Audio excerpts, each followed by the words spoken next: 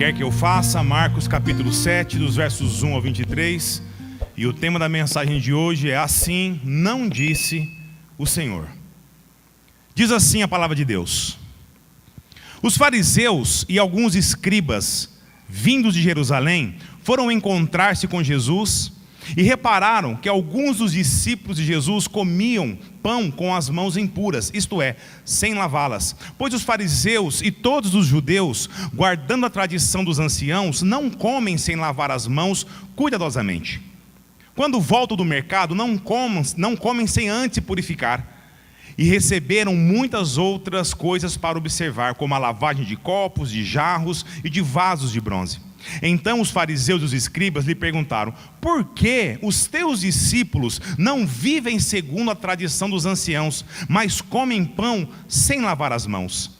Jesus lhes respondeu: hipócritas, bem profetizou Isaías acerca de vós, como está escrito: esse povo honra-me com os lábios, seu coração, porém, está longe de mim. E em vão me adoram, ensinando doutrinas que são preceitos de homens. Abandonais os mandamentos de Deus e vos apegais à tradição dos homens. Disse-lhes ainda: sabeis muito bem rejeitar o mandamento de Deus para guardar a vossa tradição. Pois Moisés disse: honra teu pai e tua mãe, e quem amaldiçoar teu pai ou sua mãe certamente morrerá. Mas dizeis: se alguém disser a seu pai ou sua mãe: o que de mim podereis receber como benefício, é corbã, isto é, oferta dedicada ao Senhor. Vós os desobrigais de fazer alguma coisa por seu pai ou por sua mãe. Dessa forma, invalidais a palavra de Deus pela vossa tradição que transmitistes, como também fazeis muitas outras coisas semelhantes. E chamando outra vez a multidão, disse-lhes: ouvi-me vós todos e entendei. Fora do homem não há nada que entrando nele possa torná-lo impuro, mas o que sai do homem, isso o torna impuro. Se alguém tem ouvidos para ouvir, ouça. Depois, quando deixou a multidão e entrou em casa, os discípulos lhe perguntaram acerca da parábola. Jesus lhes respondeu: então vós também não entendeis? Não compreendeis que tudo que entra de fora no homem não pode torná-lo impuro? Porque não entra no seu coração, mas no estômago, e depois é expelido. Assim Jesus declarou puro todos os alimentos. E prosseguiu: o que sai do homem é o que torna impuro.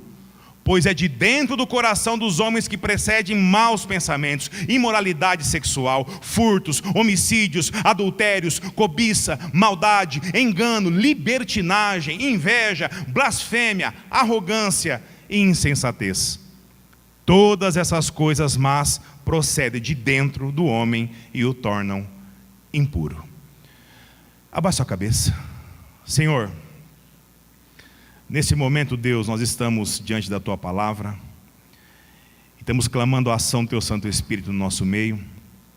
Abra nosso coração, Deus, abra nosso entendimento, para que nós consigamos enxergar todas as verdades contidas aqui, e nos ressignifique, Pai, que nós possamos sair daqui, Deus, bem melhores que nós entramos. Essa oração que fazemos e te entregamos, fazemos nos méritos de Cristo Jesus. Amém. Meus irmãos, domingo passado, no texto anterior a esse aqui, nós vimos Jesus realizando, mais uma vez, algo incompreensível ao olhar humano, que foi andar sobre as águas. Vimos que tanto Jesus quanto os discípulos, eles não tiveram descanso, eles não tiveram férias, diante do ministério que estava pela frente. Pois onde eles colocavam os pés, lá estava a multidão. Nós vimos também que Jesus ordena que os discípulos passassem mais uma vez para outra margem do mar da Galileia. Após alimentar uma multidão, para quê? Para que eles não fossem tentados. E por quê? Porque o povo começou a aclamar Jesus como rei, sendo que isso era o que eles de fato queriam. E lá em alto mar foram pegos por ventos contrários que deixaram exaustos, sem forças para remar. Mas Cristo vai até eles, entra no barco e acalma toda a situação. Nós vimos, irmãos, as diversas implicações que esse texto maravilhoso nos trouxe, sendo que a principal delas é que Jesus, Ele jamais chega atrasado em nosso socorro. E jamais deixa de nos socorrer. Apesar de muitas vezes eu e você achar o contrário. Cristo sempre virá ao nosso encontro. Porém, não no nosso tempo, mas no tempo de Deus. Amém, igreja? No tempo do Senhor. E hoje estamos diante de um texto longo, um texto complexo. Por isso eu peço, irmãos, a atenção de toda a igreja para que possamos ler, compreender e tirar lições preciosas que esse texto traz a mim e a você. E que o Senhor nos dê a sua graça. Amém? Então vamos lá. O ministério de Jesus se torna cada vez mais conhecido. As multidões se deslocam de um lugar para outro atrás dele. Aqui, Jesus está vindo de um milagre, que foi a multiplicação dos pães e peixes, que alimentaram cerca de 5.000 homens, sem contar mulher e criança, que no total dariam umas 20.000 pessoas. Agora, Jesus fala, Jesus ministra a grandes multidões. Pessoas, elas são curadas de todo tipo de doença física, mas também são curadas de todo tipo de doença espiritual. As pessoas cada vez mais o seguem, pois elas enxergam em Jesus a resposta para os seus dilemas, sejam eles de ordens temporais, ou seja, o que acontece naquele momento, ou sejam de ordens eternas. Pois em meio àquela multidão, tiveram pessoas que criam de fato que Jesus era o Messias enviado por Deus para redimir a nação de Israel. E obviamente que isso tudo chamou a atenção dos religiosos da sua época. Esses que por sua vez se achavam o quê? Se julgavam superiores aos demais. Para eles, irmãos, saírem de Jerusalém, se abalar de Jerusalém para entrar em aldeias, em vilarejos, por onde Jesus passava, é porque algo grande estava acontecendo, e eles sabiam disso. Pois jamais esses religiosos fariam isso normalmente, jamais. Mas o propósito deles, e nós não podemos perder isso aqui de vista, é muito importante, era um só o propósito: achar culpa em Jesus e em quem seguia ele. Era apenas isso. Esses líderes religiosos não tinham nenhum interesse em reconhecer Jesus como Messias, que os profetas do passado haviam dito que viria. O único intuito deles era colocar um descrédito em tudo que Jesus era, tudo que ele fazia, tudo que ele falava. Consequentemente, desacreditar todo aquele povo que seguia ele. E o título que nós podemos dar a esses homens é que eles eram legalistas. A Bíblia chama ele de legalistas. Espiritualmente falando, legalistas. E por que legalista? Porque o legalista, ele sempre está à procura de um pecado, ele sempre está à procura de uma falha, mas na vida do outro. Sempre na vida do outro. E qual a razão disso? Vamos lá, primeiro, para exercer juízo, óbvio. Pois se eles encontram um pecado ou uma falha na vida do outro, eles podem o quê? Apontar essa falha, ao invés de ajudar o outro a se libertar desse pecado. Meus irmãos, o prazer do legalista é viver com um dedo apontado para a falha dos outros. Esse é o prazer da vida deles. E tudo isso simplesmente para ele mesmo se sentir o quê? Mais santo. Sabe? Mais espiritual do que os demais, superiores. Ou seja, se comportando de modo contrário ao que Jesus diz para eu e você sermos. E você acha que isso mudou de lá para cá? Irmãos, infelizmente não. Assim como há 2.000 anos atrás, nossas igrejas, nossas famílias, nossos relacionamentos, infelizmente estão repletos de legalistas. Mas pastor, qual que é o significado de um legalista? Legalista é aquele que pensa que a sua justificação está nas obras que ele faz. É apenas isso. Jesus exemplificou o que era ser legalista quando contou a parábola do fariseu e do publicano, lembra? O fariseu orando e dizendo: obrigado, Senhor, porque eu não sou como essa gentalha, não sou como esse pecador aí. O legalista de fato acredita que ele é melhor que os outros, pelo que ele faz, e também pelo que ele não faz. Dessa forma ele se auto-intitula o quê? Mais justo, ele se auto-intitula mais santo, mais merecedor das bênçãos de Deus. O legalista, irmão, ele de fato acha que ele é o cara.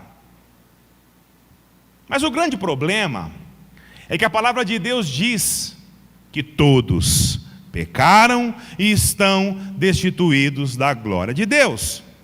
Ou seja, não há um justo sequer. A palavra de Deus nos diz que Deus nos amou primeiro, o que automaticamente nos coloca numa condição apenas do quê? De responder de forma positiva ou negativa a esse amor de Deus. Resumindo, sabe o que nivela a humanidade? O que nivela eu e você? É a cruz de Cristo. Pois eu e você não somos merecedores de absolutamente nada, a não ser da ira de Deus. Não só os cristãos, e graças a Deus por Cristo, mas a humanidade toda. É a cruz que nivela absolutamente tudo. O lance não é o evangélico e o católico, o espírita e o da Umbanda. Não. Toda a humanidade distante de Deus, ela está perdida. E todo aquele que não compreender que só pode chegar até a eternidade por meio da graça, mediante da fé, infelizmente, irmãos, não entendeu basicamente nada do Evangelho. A palavra Evangelho significa o quê? Boas novas, boas notícias. E muitas vezes, como que nós apresentamos o Evangelho às pessoas? Como uma boa notícia? Ou como uma tragédia na vida da pessoa? Ao invés de dizer que a pessoa, sim, ela está morta em seus delitos, que é pecadora, e que sozinha não irá conseguir nada, que está indo para a condenação eterna, mas a boa notícia, há uma boa notícia, que Deus a ama, se ela se arrepender dessa vida, e para isso deu o seu filho para morrer naquela cruz, no lugar dela, para que ela pudesse alcançar a misericórdia de Deus, alcançar a vida eterna. Não, muitas vezes, irmãos, nós fazemos assim, e óbvio que eu estou generalizando, né? Nós olhamos para a pessoa que está lá envolta na vida de pecado, e nós agradecemos a Deus por não compartilhar mais daquela realidade dele. E muitas vezes dizemos assim, eu e você: olha, fica tranquilo que eu vou orar a Deus pela sua vida, para Deus restaurar você e o seu pecado. E na grande maioria das vezes, irmãos, a gente nem ora. A gente nem ora. Mas comentar com os outros sobre isso, pode ter certeza que nós faremos isso. E nós colocamos a situação de uma forma como se essa mudança em nossa vida dependesse muito mais do nosso esforço do que da graça de Deus.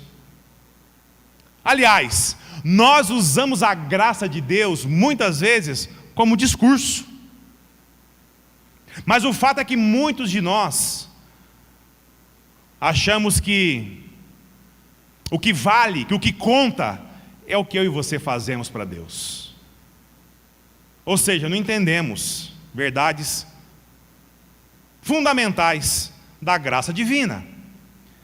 E isso aqui, irmãos, fica evidente entre os versos 1 e o verso 6. Mantenha a sua Bíblia aberta, não feche ela. Nós vamos ler ponto a ponto esse texto longo, amém?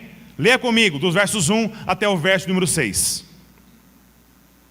Os fariseus e alguns escribas vindos de Jerusalém foram encontrar-se com Jesus e repararam que alguns dos discípulos de Jesus comiam pão com as mãos impuras, isto é, sem lavá-las. Pois os fariseus e todos os judeus, guardando a tradição dos anciãos, não comem sem lavar as mãos cuidadosamente. Quando voltam do mercado, não comem sem antes se purificar. E receberam muitas outras coisas para observar, como a lavagem de copos, de jarros e de vasos de bronze. Então os fariseus e os escribas lhe perguntaram: por que os teus discípulos não vivem segundo a tradição dos anciãos, mas comem pão sem lavar as mãos? Meus irmãos, para a gente entender esse contexto aqui, Deus deu várias instruções a Moisés para a boa condução do povo. E isso incluía o quê? Regras também para os sacerdotes do templo. Os mandamentos que traziam uma ideia de consagração que o próprio Deus determinou que os sacerdotes fizessem, ao longo do tempo, através da tradição oral, foram transformando-se em quê? Em regras e práticas. Mas não só para a classe dos sacerdotes, mas também para todo o povo. Inclusive, dava-se mais importância para a tradição oral que os rabinos falavam, que os rabinos ensinavam, do que os próprios mandamentos que Deus deu a Moisés.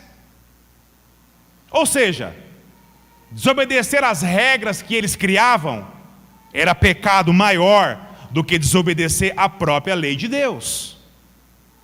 Irmãos, isso gerou um peso, um fardo muito grande e foi jogado nas costas do povo.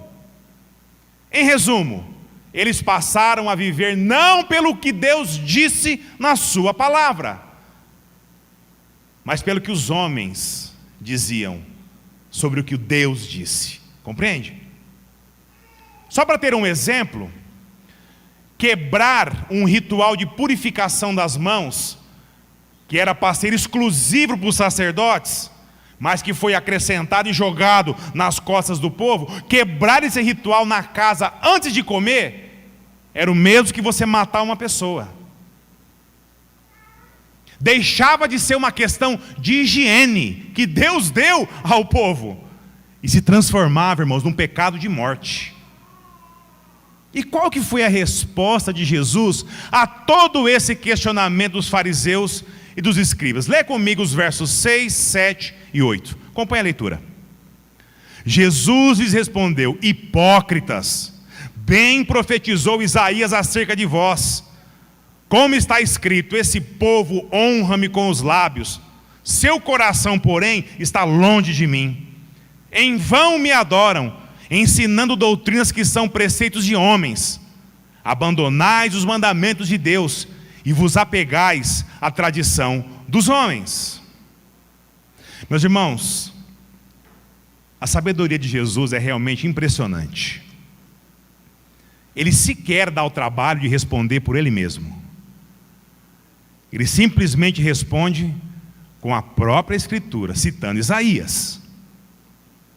Mais ou menos assim: diz aí, Jesus, por que seus discípulos não cumprem os rituais de purificação da mão antes de sentar para comer? E Jesus responde: sabe o que vocês representam para Deus? Hipócritas. Hipócritas.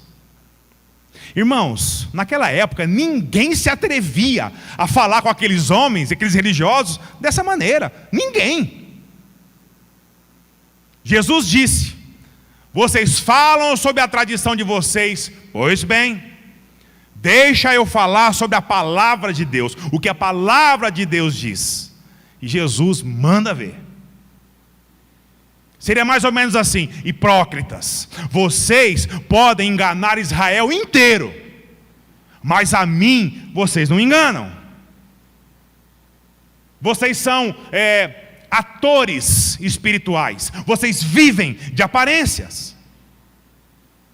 Meus irmãos, sabe por que eu e você nós somos facilmente enganados? Porque nós damos importância demais à aparência. Deixa eu dar um exemplo aqui.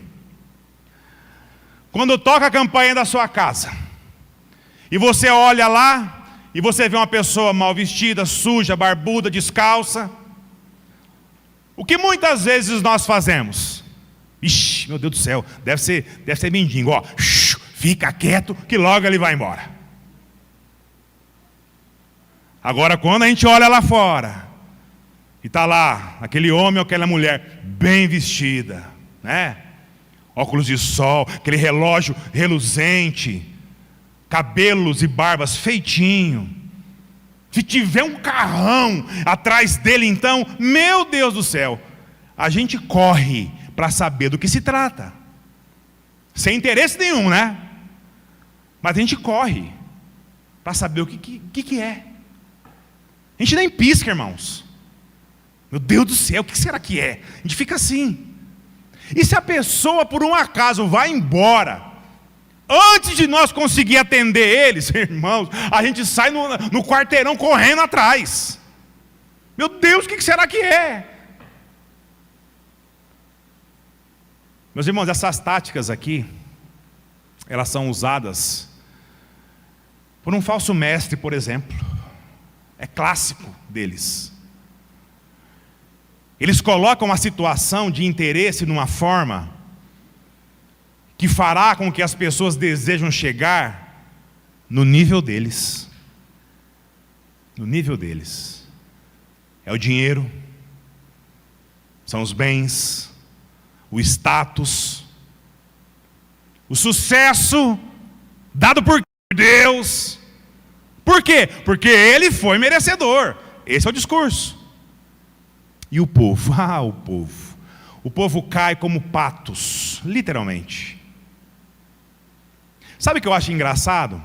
Que as pessoas não querem ser como um mestre verdadeiro. Não querem. Sabe, como um pastor que leva Deus a sério. Imagina, ler Bíblia, você está doido, não. Viver orando pelos outros. Eu não oro nem por mim, quanto mais pelos outros. Ofertar na igreja, sem receber nada em troca, imagina, jamais eu vou fazer isso. Igreja, você já parou para pensar o que nós estamos evidenciando com as nossas vidas por aí afora? Sabe, ouvir a opinião sincera das pessoas ao nosso respeito, sem pressuposto, sem interesse alheio. Será que eu e você nós teríamos coragem de fazer uma pesquisa dessa sobre eu e você? Será que o resultado seria a natureza hipócrita do velho homem? Ou o amor de Deus por nós, pela graça que recebemos na cruz? O que você acha que daria na leitura de alguém para mim e para a sua vida? Qual seria esse resultado? Meus irmãos, as pessoas, elas não são tontas, não. Muitos dos elogios que nós recebemos não são pela nossa piedade, mas é por interesse. Por interesse. O que tem de crente que se vangloria disso? Ele faz, ele acontece, e as pessoas atrás, com o confete assim, ó, jogando em cima. Por dentro, ele se infla. Sabe aquele bonecão do posto? Que fica assim, ele está assim por dentro. E por fora ele faz cara assim, não, imagina, eu não. Isso é graça de Deus, eu não fiz nada. Agora experimenta você fazer e ninguém dizer nada. Meu Deus do céu, é o fim. A pessoa entra em depressão. Ela, meu Deus, mas o que está acontecendo? Eu não recebi um elogio hoje. Alguma coisa está errada. Ou ela vai pensar assim, nunca mais eu faço nada para ele. Onde já se viu? Agora, o que Deus valoriza? O que de fato é importante para Deus? É o nosso exterior, irmão? Ou é o nosso interior? Igreja, presta atenção. O nosso exterior, ele tem que refletir o que há dentro de nós. E a palavra de Deus nos diz que nós podemos enganar pessoas, nós podemos enganar os nossos maridos, nossas esposas, pai, mãe, filho, sociedade, a irmandade toda da igreja. Mas nós não conseguimos enganar a Deus. Amém? Não conseguimos. Deus conhece tudo, dentro do meio do seu coração. Esse povo me honra com os lábios, mas o seu coração está longe de mim. Em vão me adoram. Dizem, fazem, ensinam o que eu não disse, o que eu não fiz e nem ordenei. Leia comigo o verso 9. Disse-lhes ainda: sabeis muito bem rejeitar o mandamento de Deus, para guardar a vossa tradição. Meus irmãos, quando eu olho para esse verso aqui, a primeira coisa que me vem na cabeça é a palavra conveniência. Conveniência. Mandamento de Deus, nada. Agora o que é interessante, aí sim, aí bacana. Será que mudou alguma coisa, irmão? Será que tem líderes por aí, pastores, liderança, que ao invés de pregar a palavra do Senhor, pregam a palavra e colocam de forma que lhe é conveniente? Será que isso existe? Será que eles manipulam as escrituras? Eles isolam versos, interpretam segundo a vontade do seu coração e não segundo a verdade de Deus? E como para muita gente é a aparência que conta, são presas fáceis. Fáceis. Olha só o exemplo que Jesus usa, eu acho isso fantástico. Leia comigo os versos 10 a 12. Pois Moisés disse: honra teu pai e tua mãe, e quem amaldiçoar seu pai ou sua mãe, certamente morrerá. Mas dizeis: se alguém disser a seu pai ou sua mãe, o que de mim poderias receber como benefício, é corbã, isto é, oferta dedicada ao Senhor. Vós os desobrigais de fazer alguma coisa por seu pai ou por sua mãe. Meus irmãos, Jesus está falando aqui para quem era considerado os maiores estudiosos da palavra de Deus, das Escrituras. Ele está dizendo assim: por acaso vocês já ouviram falar sobre os 10 mandamentos? Ele está ironizando aqui. Meus irmãos, a palavra corbã, que está escrito aqui, significa dedicado a Deus em hebraico. Naquela época, criaram uma tradição sem fundo bíblico, e eles as usavam. E Jesus traz à tona a quinta expressão do mandamento. Jesus aqui está usando o argumento deles, contra eles mesmo. É sobre a lei que vocês querem falar? Então vamos lá, vamos falar sobre a lei. Mas vamos falar sobre a lei segundo a ótica de Deus. Qual é o quinto mandamento? Honra teu pai e tua mãe.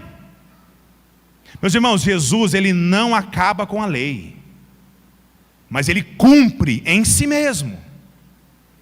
Ou seja, os alcançados pelo Evangelho não vivem mais debaixo da lei, mas da graça de Deus.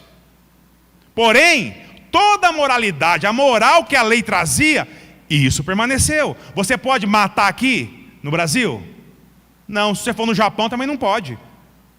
Você pode adulterar aqui? Não. Se você for, sei lá, nos Estados Unidos também não pode. A lei continua. Mas nós não olhamos mais para a lei, olhamos para a graça. Mas ela está incrustada no meu e no seu coração, em Cristo Jesus.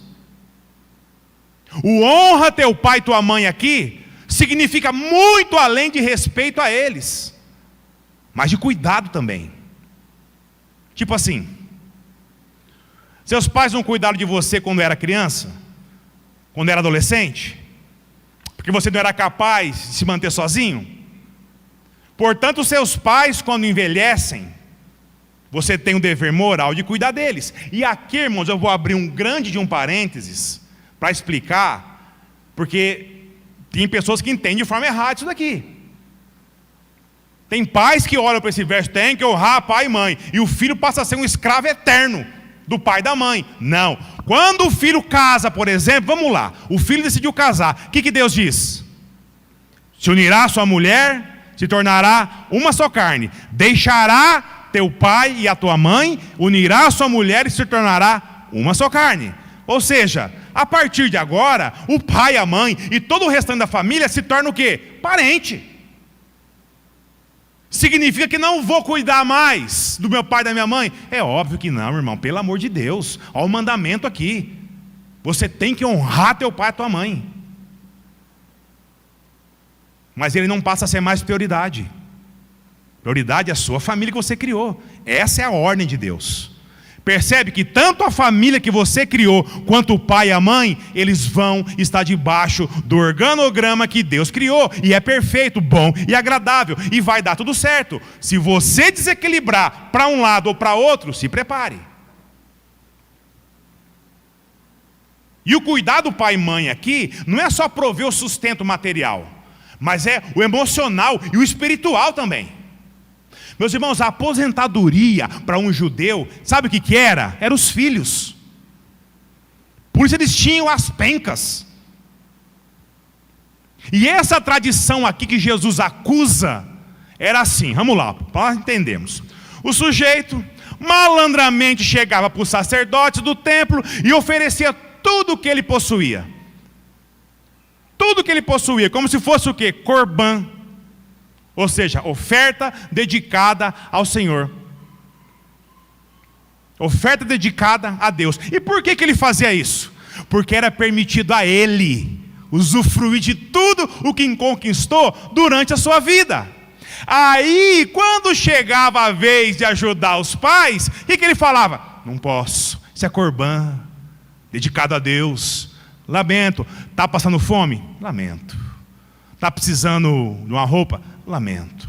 Está precisando pagar uma conta? Corbã, eu não posso, é dedicado a Deus. Mas ele estava lá, nadando, pintando e bordando. Ou seja, era dedicado a Deus, mas não era ao mesmo tempo. Ele podia usufruir de tudo, mas não precisava dividir absolutamente com ninguém, nem mesmo com aqueles a qual criaram ele. Essa malandragem aqui era muito conveniente para quem tinha muitas posses, e também para aqueles que iriam receber as posses quando essa pessoa morresse, ou seja, os sacerdotes do templo. Percebe onde Jesus pegou? E sobre isso Jesus disse, leia o verso 13 comigo. Dessa forma, invalidais a palavra de Deus pela vossa tradição que transmitistes, como também fazeis muitas outras coisas semelhantes. Meus irmãos, a tônica da discussão aqui era entre tradição e palavra de Deus, não vamos perder isso de vista. Jesus está apontando que eles eram apegados às suas tradições erradas. E ensinava o povo a errar também. Tá, pastor, mas o que isso implica na minha vida hoje? Preste atenção. O que Jesus está dizendo aqui é que só há uma fonte de regra e de prática para a minha e para a sua vida, que é a palavra de Deus. Amém? Amém? É a palavra de Deus, não existe outra. Portanto, irmão, para de ficar correndo atrás dos 5 passos para o casamento perfeito. Lê Efésios 5? Não leio não. Como eu vou ter uma vida próspera? Lê princípio de Provérbios? Não, isso aí não dá nada não. Para com isso, irmão. Olha para Deus, olha para Cristo. Está tudo aqui, irmão. Tudo que precisa está aqui. Em meio às nossas lutas, dramas que nós vivemos, a necessidade dos nossos anseios, a palavra de Deus é a luz que guia os meus e os seus passos. É a luz que dá clareza nas nossas decisões. Você tem uma decisão importante para tomar, você ora antes. Você consulta a Deus. Ou não, vai lá e manda ver, depois, ai Deus! Meus irmãos, nós temos que deixar de achar que o que a gente acha e pensa é o certo, é o correto, que a nossa razão sempre é a superior. Nós temos que nos submeter a isso aqui. Sabe por quê? Porque ela veio para dar uma boa notícia. Ela veio para trazer vida, e vida em abundância. Jesus diz: quem crer em minhas palavras, mesmo que morra, viverá. Amém? É isso aqui. Meus irmãos, tem de gente que corre atrás de pessoas super religiosas, sabe, pessoas que se julgam crentes acima da média. Eu vi recentemente não, faz um tempo já, uma pessoa em Tupã, que, irmãos, a fila de pessoas para ir na casa dela, para receber uma ordenança de Deus, era um negócio absurdo. Gente próxima da minha família, crente em Cristo, eu vou lá, porque vai que Deus usa. Eles se julgam acima da média. E as pessoas dão ouvido a esses falsos ensinamentos. Por quê? Porque elas não sabem que aquilo é pecado. Por quê? Elas não leem isso daqui. Irmãos, nós não somos bons, esquece, nós não somos. Aquele fulano e fulana, se não for para o céu, ninguém mais vai. Se ela não tiver Cristo, ela não vai. Nós não somos bons, nunca fomos, mas podemos sim ser transformados pelo amor de Cristo, pelo Espírito Santo, que quando você se arrepende dos seus pecados e se volta para Deus, passa a habitar automaticamente na minha e na sua vida. E, irmãos, isso tem que resultar numa vida piedosa, genuína, verdadeira. Por contrário disso, Salomão disse, é vaidade. Vaidade. Sabe por que nós podemos de fato amar o próximo? Porque Deus nos amou primeiro. Se não fosse isso, era impossível. E é justamente isso que um religioso, ele não entende. Ele faz, não porque ele foi salvo, mas para se sentir o quê? Mais santo, sabe? Superior aos outros. O ato é bom, mas a motivação é errada, irmão. Jesus diz, esse povo me honra com os lábios, mas o seu coração está longe de mim. Meus irmãos, nada, absolutamente nada que nós fizermos vai se equiparar ao que Deus fez por nós. Amém, igreja? Nada, e de graça. Bom, aqui Jesus está falando com os fariseus e agora Jesus chama a atenção do povo, da multidão. Como se dissesse, com vocês aqui deu. Já perdi tempo demais, agora eu vou falar com quem interessa. Lê novamente comigo os versos 14, 15 e 16. Acompanhe a leitura comigo. E chamando outra vez a multidão, disse-lhes, ouvi-me, vós todos entendei. Fora do homem, não há nada que entrando nele possa torná-lo impuro. Mas o que sai do homem, isso o torna impuro. Se alguém tem ouvidos para ouvir, ouça. O que Jesus está dizendo aqui? Não é o que você faz do lado de fora que o torna impuro, mas é o que já há dentro de mim e de você. Cristo está falando, entendam isso. Não é o ambiente. ou o que você faz que vai tornar você impuro. Mas é a nossa própria essência pecaminosa, é aquilo que eu e você somos. Jesus, ele está dizendo que nós não podemos viver fazendo para alcançar. Ele está dizendo, nós fazemos porque nós já fomos alcançados. Amém, igreja? É por isso que eu e você fazemos. A gente não almeja nada, porque o tudo já foi dado a mim e a você, e de graça por Deus, por misericórdia dEle. Irmãos, essa questão de religiosidade aqui era tão forte, tão presente, tão aprisionante, que até os discípulos que andavam com Cristo tiveram dificuldade de compreender isso aqui. Pensa comigo, eles passaram a vida toda fazendo tudo aquilo. Aquele ritual de purificação da mãe, eles eram judeus, lembra? Não porque Deus mandou, mas porque eles foram ensinados desde pequeno. Mas o fato é que para eles aquilo sim era o certo. E Jesus vem e fala, ó, parou geral, para tudo, para tudo. Eu quero libertar vocês disso. E eles falam assim, ué, mas libertar do quê? Eu estou fazendo o que é certo. Percebe? Aqui estava a confusão. Passaram a vida fazendo aquilo. Era difícil entender, irmãos. Nós vemos a minha própria família.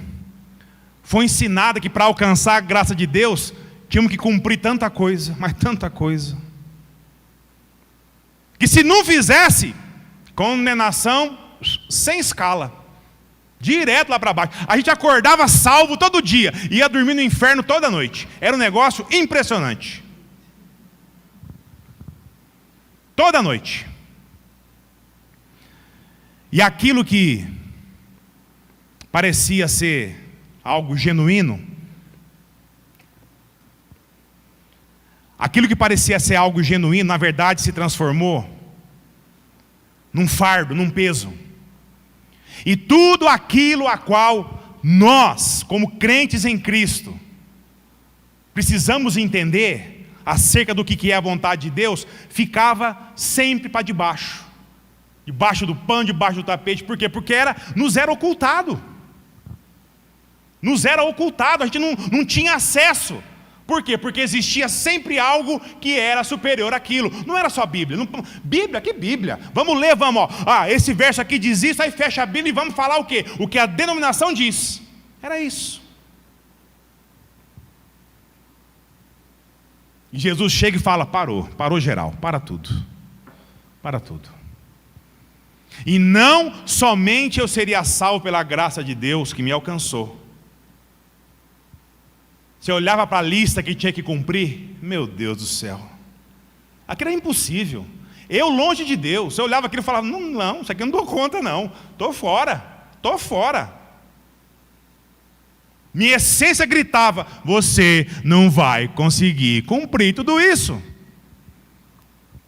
Satanás chegava, isso mesmo, não vai mesmo. E o que isso gerou em mim, nos meus irmãos? Além da falta de compreensão, repulsa, raiva, afastamento. Sabe por que os discípulos não entenderam? Sabe por que eu também não entendi? Jesus explicou para eles, e vai explicar também a mim e a você. Presta atenção, leia comigo os versos 17 ao 23, acompanhe a leitura comigo. Depois, quando deixou a multidão e entrou em casa, os discípulos lhe perguntaram acerca da parábola. Jesus respondeu, então vós também não entendeis? Não compreendeis que tudo que entra de fora do homem não o torna impuro? Porque não entra no seu coração, mas no estômago, e depois é expelido. Assim Jesus declarou puro todos os alimentos, e prosseguiu, o que sai do homem é o que torna impuro. Pois é de dentro do coração dos homens que procedem maus pensamentos, imoralidade sexual, furtos, homicídios, adultérios, cobiça, maldade, engano, libertinagem, inveja, blasfêmia, arrogância e insensatez. Todas essas coisas más procedem de dentro do homem, e isso o torna impuro. Jesus usa uma ilustração bem fácil de entender para explicar aos discípulos que nós não é o que fazemos, não é como vivemos que nos tornará destituídos da glória de Deus. É quem somos, é a nossa essência natural. Já estamos destituídos da glória de Deus. Por isso que nós fazemos tudo errado. Acertar na ótica de Deus, irmãos, tem que suar a camisa. Mas errar é natural. Natural. Meus irmãos, eles estavam discutindo sobre o que mesmo, vocês lembram? Porque os discípulos comiam sem antes fazer o ritual de lavagem das mãos. Lembra? Não perdeu isso de vista não, né? Então tá bom. Então Jesus ele usa a própria anatomia humana para explicar o que entra não é importante, mas é o que sai. O que entra pela nossa boca, quando sai, tem um destino certo. E o máximo que isso pode fazer é sujar o pé de alguém se for feito no lugar errado. Agora o que sai de dentro de mim, de você, do nosso coração, será que isso faz mal aos outros? Vamos lá. Olha para mim e para a sua vida agora. Será que o que sai de nós afeta a vida do outro? Será? Será que o que sai de nós afeta a minha e a sua vida? Será? Será que a nossa ingenuidade é tanta em acreditar que tudo que o homem faz de ruim com ele, com os outros, com as coisas que Deus criou, é culpa do quê? Das circunstâncias que ele vive? Ou do diabo? Porque crente, se tem uma coisa que sabe fazer, é botar a culpa no diabo. Irmãos, liga o telejornal seu. 6 horas, 7 horas, que é aquele jornalzinho top que aparece na TV. Pelo amor de Deus, irmão, isso aqui é uma... Eu estou brincando, viu? Não perca tempo com isso não. Mas se você ligar a televisão ou acessar o seu celular, o que você vai encontrar? Vamos lá. É só mau pensamento, é imoralidade sexual, é furto, é homicídio, adultério, cobiça, maldade, engano, libertinagem, inveja, blasfêmia, arrogância, insensatez. É só isso que você vai encontrar. Ah não, pastor, mas lá eu vi uma pessoa esses dias fazendo um bem maravilhoso para a vida do outro. Ele doou tantas cestas básicas para fulano, beltrano e ciclano. Isso é uma coisa boa. Sim, o ato é bom, lembra? Mas o que motivou ele? Está lá, não, é verdade. Se não for eu, esse povo morre de fome todo mundo. Está lá na televisão, falando para todo mundo. Você vê um monte de gente fazendo um monte de coisa legal. Tanta gente ajudando outras pessoas, dando o que comer, dando o que vestir. Até dinheiro você vê na internet dando para os outros. Vê ou não vê? Mas o que Jesus disse mesmo, quando a gente decidir fazer o bem para alguém, vocês lembram? Mateus 6, de 1 a 4. Se não lembra, presta atenção. Cuidado, para não praticardes boas obras diante dos homens, a fim de seres vistos por eles. Do contrário, não tereis recompensa de vosso Pai que está no céu. Assim, quando deres esmola, não faças tocar trombeta diante de ti, a exemplo dos hipócritas nas sinagogas e nas ruas, para serem glorificados pelos homens.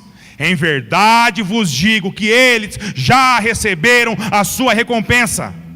Mas quando deres esmola, a tua mão esquerda não saiba o que a direita faz, para que a tua esmola fique em segredo, e teu Pai que vem em segredo te recompensará. Amém? É isso. Irmãos, pelo amor de Deus, presta atenção. Eu não estou dizendo que todo mundo age com segundas intenções ou com motivações erradas quando decide ajudar o próximo. Não é isso. Se você, irmão, se você já tiver a oportunidade de ajudar e assim você não fizer, lembre-se que quem está pecando contra Deus é eu e você, porque a Bíblia diz isso. Não é por mim, por você, mas é pelo outro. Mas o que Cristo está nos dizendo hoje é que tudo que eu e você fizermos de bom pode até o tornar uma pessoa melhor para si mesmo e para o olhar da sociedade. Você pode receber confete de todo mundo, seja por sinceridade ou por mero interesse, mas aos olhos de Deus nós continuaremos sendo o quê? Pecadores, com um coração que brota tudo que há de mal e perverso nesse mundo. Ser uma pessoa boa, irmãos, aos olhos de Deus significa uma vida de luta. Sabe com quem? Comigo, com você mesmo. Só que tem uma boa notícia, irmão. Eu amo a Deus, porque Deus nos ama. Essa é a boa notícia. Se você estiver firmado na graça de Cristo Jesus, na misericórdia do Senhor,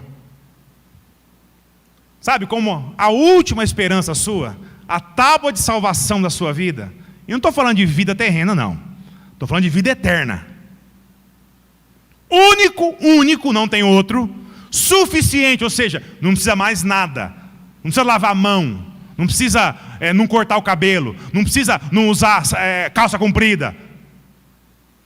Único e suficiente Salvador, aquele a qual o Pai enviou aquela cruz, justamente pelo que carregamos dentro de mim e de você, irmãos. Nós podemos passar a vida fazendo filantropia, recebendo elogios, congratulações pelas boas ações. Ah, como nós somos bons.